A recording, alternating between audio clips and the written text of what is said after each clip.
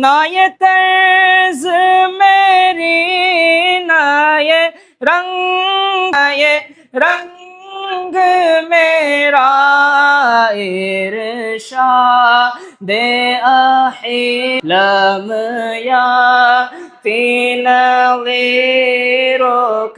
फी नज़र मिसले तो न शुद पैदा जाना।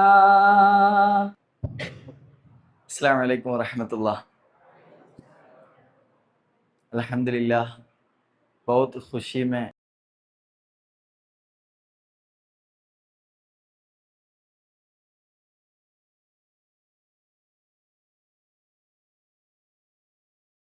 അപ്പോൾ നമുക്ക് ജസ്റ്റ് ഇവിടെയുള്ള കുട്ടികളോട് ഇന്നിപ്പോൾ ഒരു ലീവാണ്, പിന്നെ വൈകുന്നേരം ഇവർ കളിക്കാൻ ഇറങ്ങിയിരിക്കുകയാണ്. आप कहाँ से? Chhattisgarh, Chhattisgarh. Rajasthan, Rajasthan. Madhya Pradesh, Madhya Pradesh. Mandleshwar, Malaysia. MP, MP. MP, MP. Visakhapatnam, Visakhapatnam, Visakhapatnam. South. Tamil Nadu. Andhra Pradesh. MP, M P. Visakhapatnam Andhra Pradesh സൗത്താണ്.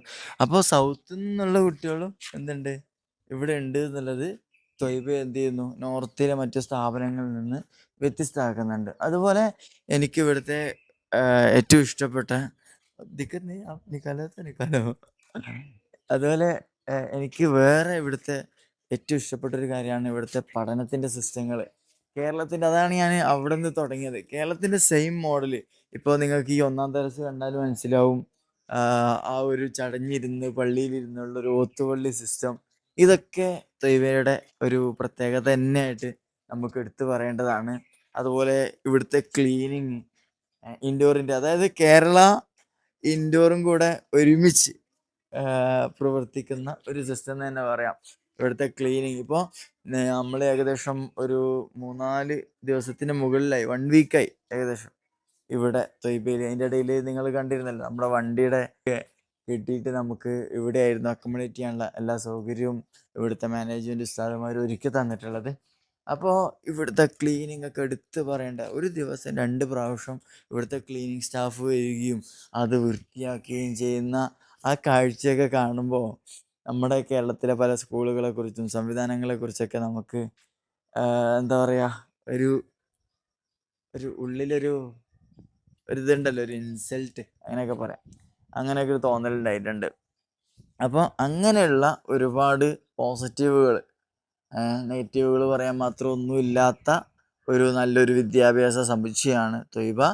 ഇവിടെ നിന്നും ഒരുപാട് കുട്ടികൾ ഇവിടെ നിന്ന് നിലവിൽ പഠിച്ചിറങ്ങിയിട്ടുണ്ട്, അഡ്വക്കേറ്റുമാരായിട്ടും. അതുപോലെ മറ്റു സ്കൂളുകൾ ഇപ്പോൾ ഈ ത്വയ്ബയുടെ കീഴിൽ തന്നെയായിട്ട് ഏകദേശം 8ഓളം സ്കൂളുകൾ ഇൻഡോറിൻ്റെ വിവിധങ്ങളായ പ്രദേശങ്ങളിലുണ്ട്. അപ്പോൾ അവിടുത്തെയൊക്കെ ടീച്ചർമാരായിട്ടും ഓഫീസ് സ്റ്റാഫുകളായിട്ടൊക്കെ ഇവിടുന്ന് പഠിച്ചിറങ്ങിയ കുട്ടികൾ വർക്ക് ചെയ്യുന്നു എന്നുള്ളത് ഒരു പോസിറ്റീവായ കാര്യമാണ്. അപ്പോൾ നമ്മുടെ കേരളത്തിൽ നിന്ന് നാട് വിട്ട നമ്മുടെ സുഹൃത്തുക്കളും നമ്മുടെ ഉസ്താദുമാരൊക്കെ എന്താണ് ഇവിടെ വിദ്യാഭ്യാസ വിപ്ലവങ്ങൾ കൊണ്ടിരിക്കുന്നതിൻ്റെ വലിയ അടയാളമാണ്. അതുകൊണ്ടാണ് ഞാൻ നിങ്ങൾക്ക് ഈ ഒരു ത്വയ്ബയെ പരിചയപ്പെടുത്തി തന്നിട്ടുള്ളത്. അപ്പോൾ ഈ ത്വയ്ബ നമുക്കിന്ന് ഒരുക്കിയ ഒരു സ്വീകരണമാണിത്. ആ ഒരു സത്യം പറഞ്ഞാൽ നമുക്ക് കേരളത്തിൻ്റെ പുറത്ത് കിട്ടുന്ന, യാത്രക്ക് കിട്ടുന്ന വലിയൊരു അംഗീകാരമായിട്ട് തന്നെ ഞാനിതിനെ കണക്കാക്കപ്പെടുകയാണ്.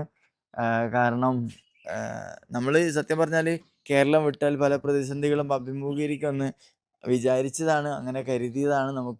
നമ്മളെ പരിഗണിക്കാൻ ആളുണ്ടാവില്ല, നമ്മളെ സ്വീകരിക്കാൻ ആളുണ്ടാവില്ല. പക്ഷേ അതിൽ നിന്നൊക്കെ വ്യത്യസ്തമായിട്ടുള്ള അനുഭവങ്ങളാണ് ഈ കടന്നു വന്ന യാത്രയിലെ ഓരോ മൊമെൻറ്റുകളും എന്ന് വളരെ സന്തോഷത്തോടു കൂടെ പടച്ചവനെ സ്തുതിച്ചുകൊണ്ട് പറയാണ്. അപ്പോൾ ഇതൊക്കെയാണ് ത്വയ്ബ ഇൻഡോറിൻ്റെ വിശേഷങ്ങൾ.